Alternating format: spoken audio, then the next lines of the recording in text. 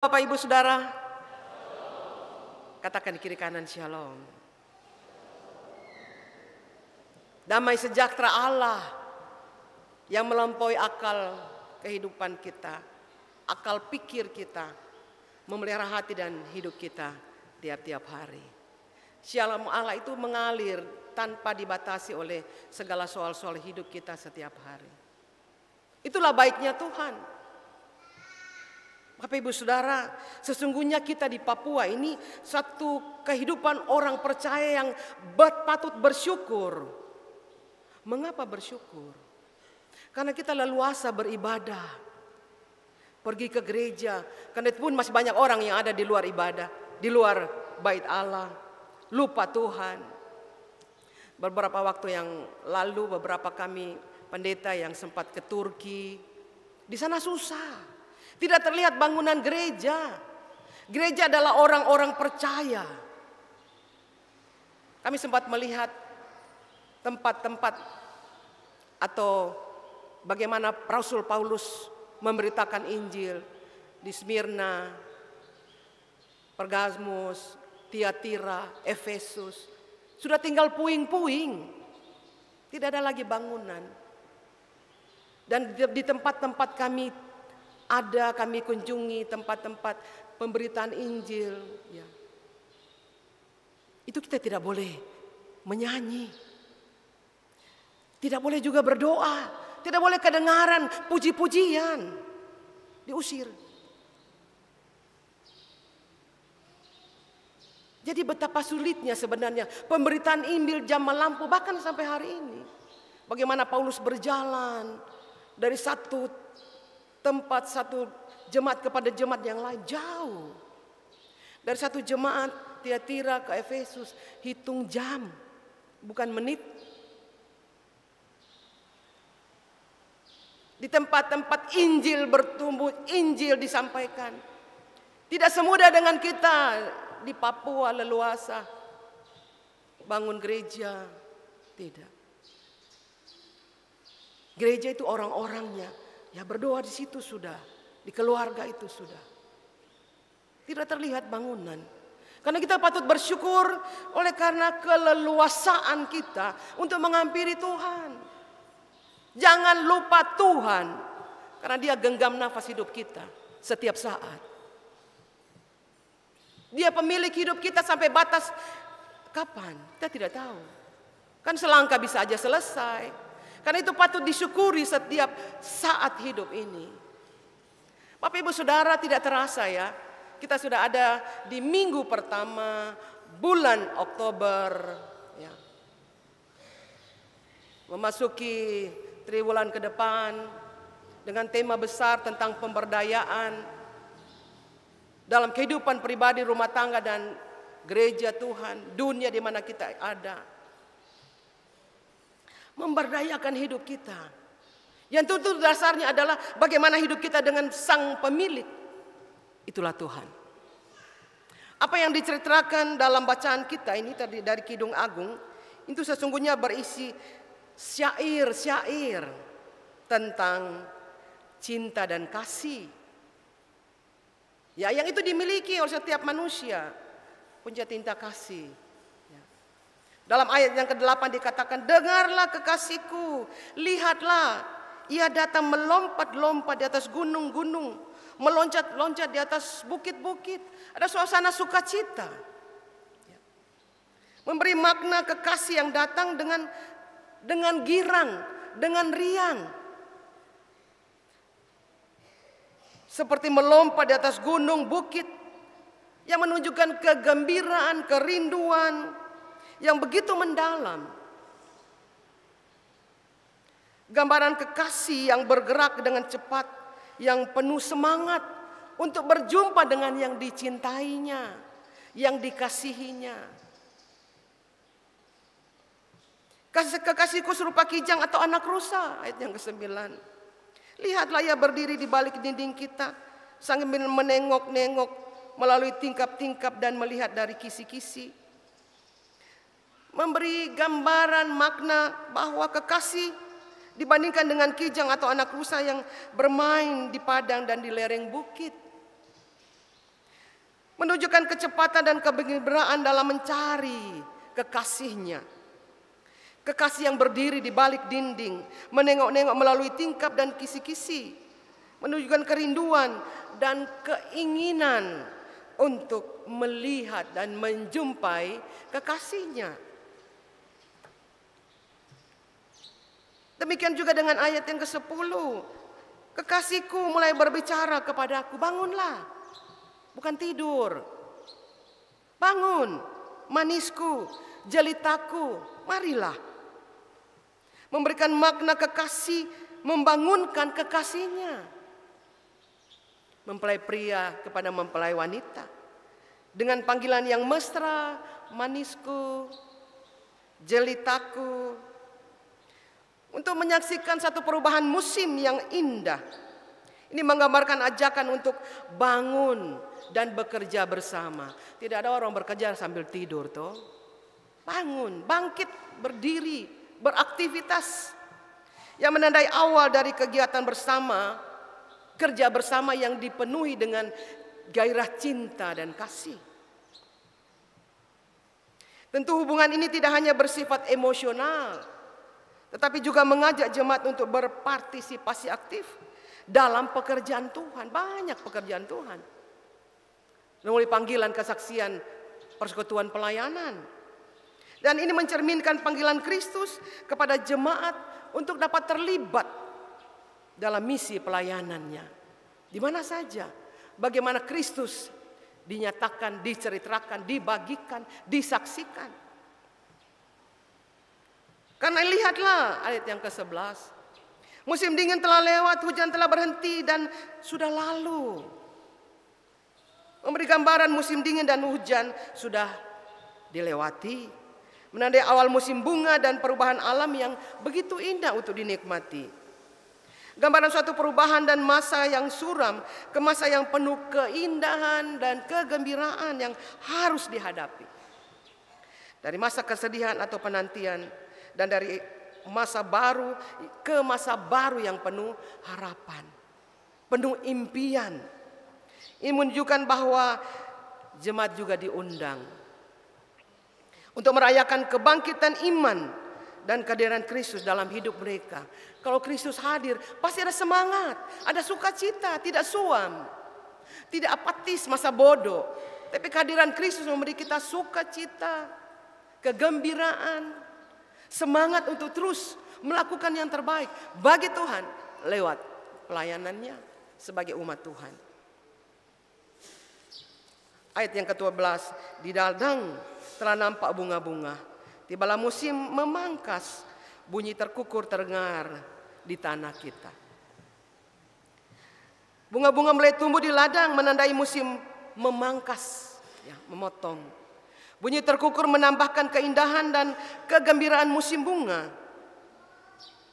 Dan ini menandakan bagaimana mempelai siap untuk menikmati kasih dan cinta secara bersama. Pohon ara mulai berbuah, bunga pohon anggur semerbak baunya. Bangunlah manisku, jelitaku, marilah.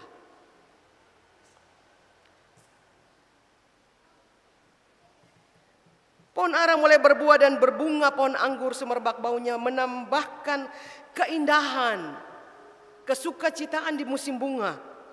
Kekasih membangunkan kekasihnya lagi untuk menikmati keindahan bersama, bukan untuk diri sendiri. Kesukacitaan bersama. Merpatiku di celah-celah batu, ayat yang ke-14. Di persembunyian lereng-lereng gunung, perlihatkanlah wajahmu, perdengarkanlah suaramu, sebab merdu suaramu dan elok wajahmu. Memberikan makna kekasih, meminta kekasihnya, atau mempelai wanita meminta mempelai pria untuk menampakkan wajah dan memperdengarkan suaranya. Karena suara itu merdu dan wajah itu elok. Ini menunjukkan kerinduan yang dalam dan keinginan untuk melihat dan mendengar kekasihnya. Tapi juga dalam ucapan, dalam pandangan. Tangkaplah bagi kami rubah-rubah itu. Rubah-rubah itu yang kecil, yang merusak kebun-kebun anggur. Kebun-kebun anggur kami yang sedang berbunga. Kekasih wanita meminta kekasih pria untuk menjaga kebun-kebun anggur dari gangguan rubah-rubah kecil yang merusak cinta kasih mereka yang sedang berbunga-bunga, sedang indah-indahnya. Ini menggambarkan permasalahan dalam relasi cinta kasih dan keinginan untuk melindungi cinta bersama. Jangan sampai dirusak oleh rubah-rubah itu.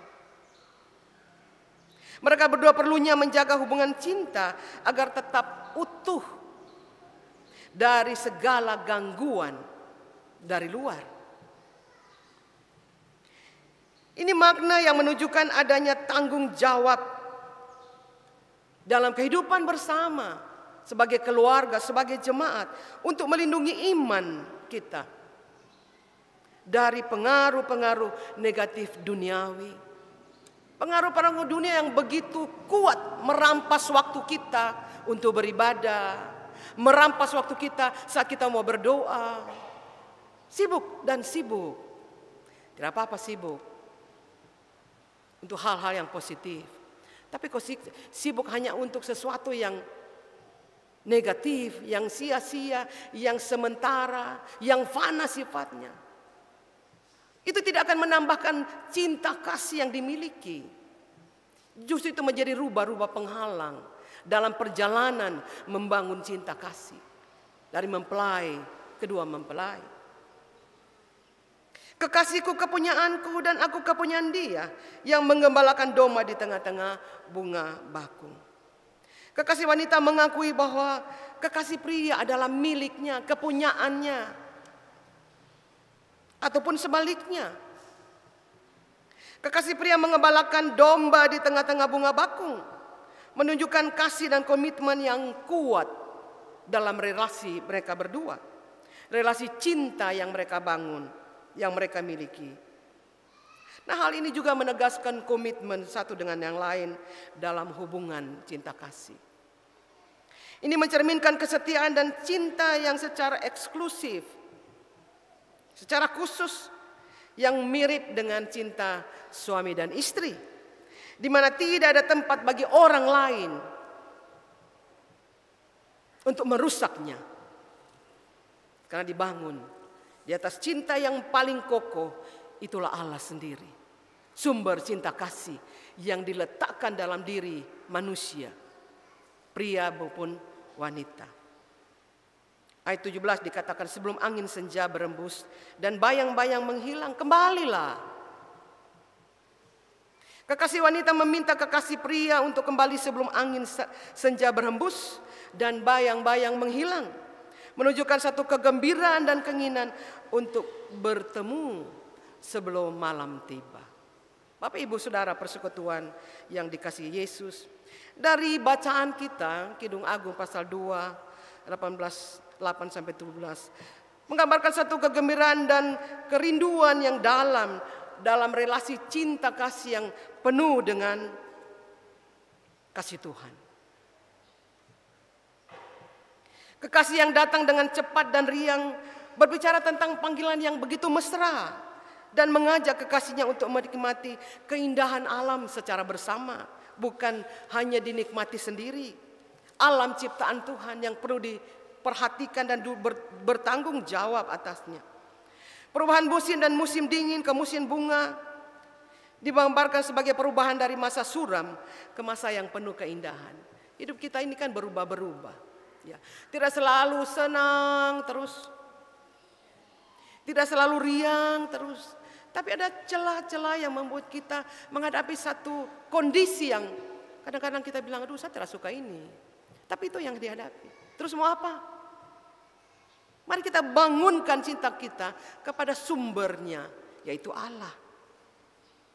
Kekasih juga meminta kekasihnya untuk menampakkan wajah, memperdengarkan suara, serta menjaga cinta bersama dari berbagai gangguan-gangguan yang ada.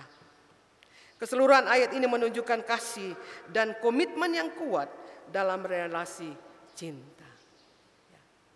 Menandakan dan menunjukkan kasih dan komitmen untuk bagaimana hidup bersama menikmati cinta kasih yang bersumber dari Allah itu.